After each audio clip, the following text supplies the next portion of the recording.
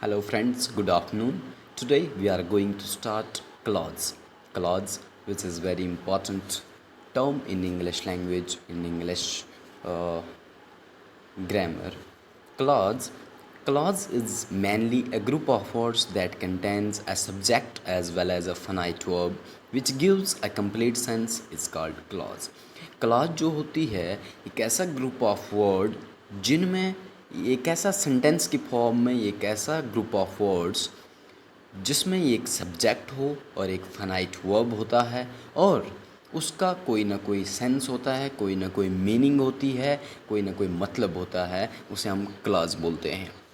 कोई भी group of word जिसका कोई ना कोई सेंस हो और जिसमें एट लीस्ट एक सब्जेक्ट और एक फाइनाइट वर्ब हो, उसको हम बोलते हैं clause. There are three types of clauses we have. We have three type of clauses here. First one is independent clause, जिसको हम main clause भी बोल सकते हैं या फिर इसको हम principal clause भी बोल सकते हैं। इंडिपेंडेंट क्लॉज क्या होती है? अपने नाम से बता रही है कि जो इंडिपेंडेंट होती है, जिसको किसी की ज़रूरत नहीं होती है अपने सेंटेंस को कंप्लीट करने में, अपनी मीनिंग को फुलफ़िल करने में। Independent clause is a complete sentence on its own, जो खुद ही में कंप्लीट होती है and doesn't require anything else to make in full fledged sentence, और जिसको किसी की ज़रूरत नहीं होती है अपने सेंटेंस की मीनिंग को फुलफ़िल करने के लिए, ये खुद ही में इंडिपेंडेंट होती है, उसी को हम मेन क्लॉज या फिर प्रिंसिपल क्लॉज या फिर इंडिपेंडेंट क्लॉज बोलते हैं। अब एक इंडिपेंडेंट क्लॉज का रूल क्या है, कौन कौन सी चीज़ें उसमें होती हैं? तो subject plus verb is equal to एक कंप्लीट सेंटेंस बनता है। Let us consider some examples to understand it better. कुछ एग्जाम्पल्स हम लेते हैं इसको और अच्छे से समझने के लिए।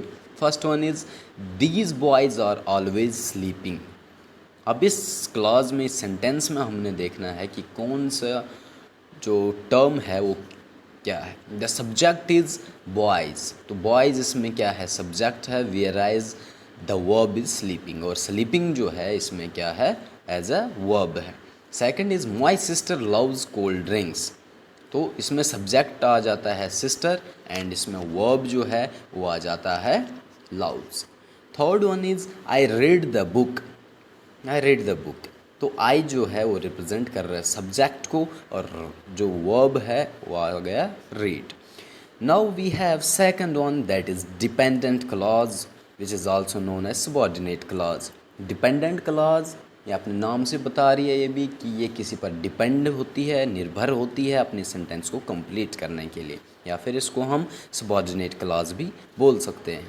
अ डिपेंडेंट या फिर subordinate clause is the exact opposite of the independent clause, जो कि इंडिपेंडेंट क्लॉज की बिल्कुल अपोजिट होती है। It is actually not a complete sentence, जिसका कोई कंप्लीट सेंटेंस नहीं होता है एंड दस generally doesn't make any sense, और उसका कोई सेंस भी नहीं बनता है। But when put together with an independent one, लेकिन जब हम इसको किसी इंडिपेंडेंट क्लॉज के साथ जोड़ते हैं, it help it to form a complete sentence. Independent clause इसकी मदद करती है सेंटेंस के सेंस को कंप्लीट करने में, सेंटेंस को कंप्लीट बनाने में। उसको हम बोलते हैं डिपेंडेंट क्लॉज या फिर सबऑर्डिनेट क्लॉज। और इसमें सबसे पहले एक सबऑर्डिनेटर लगता है, प्लस सब्जेक्ट लगता है, प्लस वर्ब, और एक इनकम्प्लीट सेंटेंस बनता है। हम आगे एग्जांपल्स में डिस्कस करेंगे कि कैसे एक सबऑर्डिनेटर जैसे इस एग्जांपल में हम देख सकते हैं व्हेन एवर, तो व्हेन एवर इसमें एक एज ए सबऑर्डिनेटर यूज़ हुआ है। Whenever the boys sleep their teachers calls them, या फिर सेकंड में I bought 2 bottles of cola because my sister loves cold drink, if you don't go I will try. Now let us take a look at same examples. जो हमने पहले अभी तक discuss की ये 3 एग्जांपल्स, अब इनको हम देखेंगे कि कैसे इसमें कौन सी चीज़ यूज़ हुई है। Whenever the boys sleep, तो whenever is the subordinator, boys correspond to the subject and sleep is the verb. In second, because my sister loves cold drink, तो because is the subordinating conjunction, sister represents the subjects and love is the verb. In third, if you don't go, if is the subordinator, you represent subject and go is the verb. तो make sure आपको ये clear हो गया होगा। आप इसको अगर अच्छे से ध्यान से देखेंगे So next one is coordinate clause, one of two or more clauses in a sentence that are of equal importance and usually joined by and or but। बोलता है एक ऐसी क्लाज जिसमें दो या दो से ज़्यादा क्लाजेज होती हैं और दोनों क्लाजेज जो होंगी उनका इक्वल इम्पॉर्टेंस होगा, यानी कि वो इक्वल रैंक की होंगी बाय जॉइनिंग वर्ड्स एंड और या बट। एंड और या बट से ज्वाइन करके दो या दो से ज़्यादा क्लाजेज जो एक इक्वल रैंक की होंगी, उनकी इक्वल इम्पॉर्टेंस होगी सेंटेंस में, उनको हम बोलेंगे coordinate clause. In the sentence it stopped raining and the sun came out, इसमें हम देखेंगे it stopped raining and the sun came out और बोथ कोऑर्डिनेट क्लासेस। ये दोनों क्लासेस जो हैं कोऑर्डिनेट हैं, joined by the word and. तो ये जो एंड है या फिर आर बट ऐसे वर्ड से जोड़ने वाली जो क्लासेस होती हैं उनको हम बोलते हैं coordinate class. So today we discuss clause. Clause क्या होती है, कितनी टाइप्स की होती है।